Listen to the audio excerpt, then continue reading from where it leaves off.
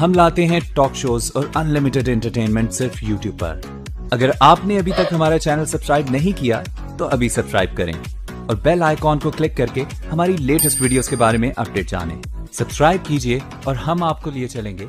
जहाँ तक सिद्धू साहब का सवाल है, ठीक है, वो एक क्रिकेटर हैं, वो उनके निजी दोस्त हैं और उनको पर्सनल बुलावा आया, लेकिन मैं समझता हूँ कि क्योंकि अब he is holding a constitutional appointment of a minister in the government of Punjab, वो भारत की सरकार को रिप्रेजेंट करते हैं और उनको खासकर पंजाब एक स्टेट जिसमें इतने फौजी भरे हैं, उनको सेंसिटिव होना चाहिए कि अभी हाल में हमारा एक मेजर और 3 जवान शहीद हुए हैं, उसके बाद एक और जवान शहीद हुआ है, आज भी फायरिंग चल रही है। इस तरह वो जनरल बाजवा साहब को जिस गर्मजोशी से जप्फी मार रहे हैं, वो इस doesn't send the right indication. जो उनके परिवार, शहीदों के परिवार आज देख रहे होंगे, उनको ये बात ज़रूर दिल में चुभेगी कि आपको कोई हमारे बारे में फ़िक्र नहीं है, आपको कोई दिल में हमारे बारे में जगह नहीं है, आप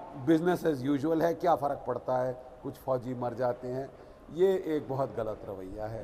आपको मोर सेंसिटिव होना चाहिए। आप अमेरिका में देखिए कितने सेंसिटिव हैं वो अपने फौजियों के प्रति, अपने शहीदों के प्रति। मुझे कुछ कहने का मौका दें, मैं कहना चाहूँ। जी कमर सीमा जी, आपके पास आ रही हूँ। पहले राशिद अलवी जी। देखिए मैं कहूँगा कि अगर सिद्धू मुझसे मशवरा करते तो मैं उन्हें मना कर देता, चाहे वो ज़ाती तौर पर गए हों, दोस्ती निभाने गए हों। देश दोस्ती से ज़्यादा बड़ा है। लेकिन यहाँ पे मैं ये भी कहूँगा, गवर्नमेंट ऑफ इंडिया को सोचना चाहिए था इजाज़त देने से पहले कि सिद्धू मंत्री हो या ना हो, आपने अगर इजाज़त दे रहे हैं तो कहीं ना कहीं गवर्नमेंट ऑफ इंडिया की कंसेंट इसके अंदर शामिल हो जाती है भेजने के लिए। लेकिन अगर वो ना गए होते तो बहुत अच्छा होता।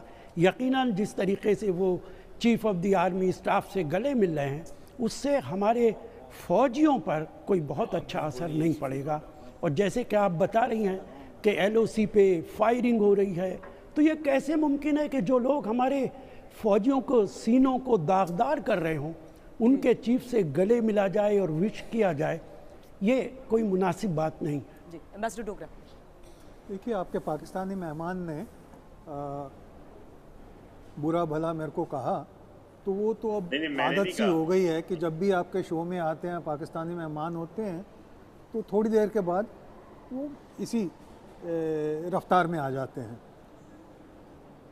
तो मैं तो ये कहूँगा कि ये एक झूठ की फैक्ट्री है जो पाकिस्तान में लगाई हुई है। और प्रेसिडेंट ट्रंप ने अपने न्यू ईयर मैसेज में कहा था कि हम तो पाकिस्तान को पैसा देते रहते हैं और बदले में वो हमें झूठ और मक्कारी देते हैं। तो इससे ज़्यादा मैं कुछ नहीं कहूँगा। पर अफसोस ये है कि इनमें ज़रा सी भी इंसानियत नहीं है कि हमारे फ़ौजी पे फ़ौजी मर रहे हैं और इन्होंने वादा खिलाफ़ी की है। जैसे ही इनके 3 लाख सोल्जर्स LOC पे वापस आए, इन्होंने हरकतें शुरू कर दी सीज़ फायर वायलेशन की। कौन सा ऐसा मुल्क है कि जिसके ऑफिसर स्पेशली अगर मर रहे हों तो कुछ आवाज़ तक ना उठाए? मैं आपसे एक कूटनीतिक पहलू पर भी जानकारी चाहती हूँ एम्बेसडर डोगरा, कि क्या केंद्र सरकार नवजोत सिद्धू को रोक सकती थी जाने से? देखिए, केंद्र सरकार के ऊपर पूरी पावर्स हैं कि कोई भी ऑफिसर या पॉलिटिकल अपॉइंटी, सिद्धू जी पॉलिटिकल अपॉइंटी हैं, उनका बाहर जाना उसके लिए वो नकार सकते हैं, ना कर सकते हैं।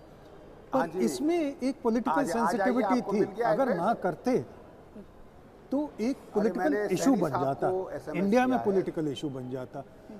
और दूसरा, ना करने का क्या फ़ायदा, वो तो जा रहे हैं अपनी एक पर्सनल कैपेसिटी में और उनको वहाँ जाके समझदारी से अपना रोल निभाना चाहिए।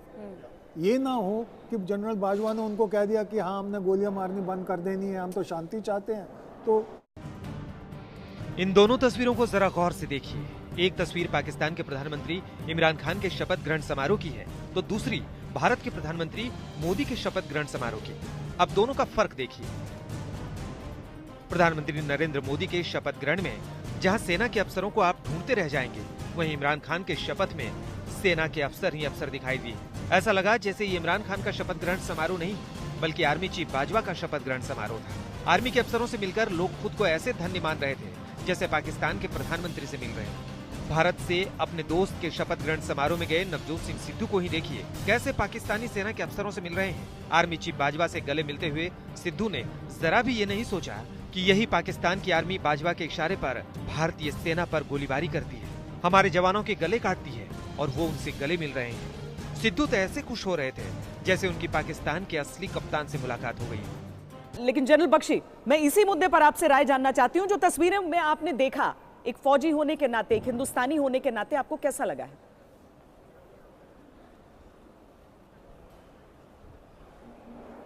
देखिए, मेरे को सबसे पहले जो चीज़ स्ट्राइक करी है, एंड इट्स सो ऑब्वियस, कि सारे ये सेरेमनी जो है इसमें फौजी और फौजी वर्दियां छाई हुई हैं। ये तो ऐसा लग रहा है मानो कि वो जश्न मना रहे हो कि जो कैंडिडेट उन्होंने सिलेक्ट किया उसे वो इलेक्ट करवा चुके, और आज ये जश्न जो हो रहा है ये फौज की वहाँ पे कामयाबी का जश्न हो रहा है कि साहब हमने अपना चुनिंदा प्राइम मिनिस्टर अपॉइंट कर दिया है। ये बहुत सैड चीज़ है किसी भी डेमोक्रेटिक डिस्पेंसेशन के लिए।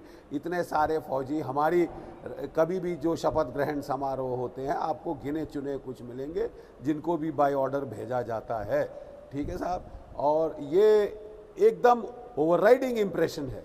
It is like a military celebration of victory, number 1। Number 2, मैं आपको ये भी कह दूं, और मैं कमर चीमा साहब को कहना चाहता हूं कि इमरान खान साहब ने कहा है कि हम ट्रेड करें, हम वो करें, बिल्कुल अच्छा दुरुस्त। ये जो है चाइना का फार्मूला था भारत के साथ कि कंटेंशियस इश्यूज़ को अलग रखें और पहले हम जो है ट्रेड शेड बढ़ाएं, पीपल टू पीपल रिलेशनशिप बढ़ाएं। लेकिन इमरान खान उसी के साथ उसी मुंह में कह रहे हैं कि Kashmir issue must be resolve to our satisfaction. तो मुझे समझ नहीं आया कि वो या चाइनीज़ लाइन फॉलो कर रहे हैं, लेकिन वो कह रहे हैं ट्रेड बढ़ाओ लेकिन कश्मीर का मुद्दा रिजॉल्व करो। टेररिज्म पे उनका कोई बात ही नहीं करने को वो तैयार, ना वो बंद करने को तैयार हैं, ना वो बंद करने की काबिलियत रखते हैं। जहाँ तक सिद्धू साहब का सवाल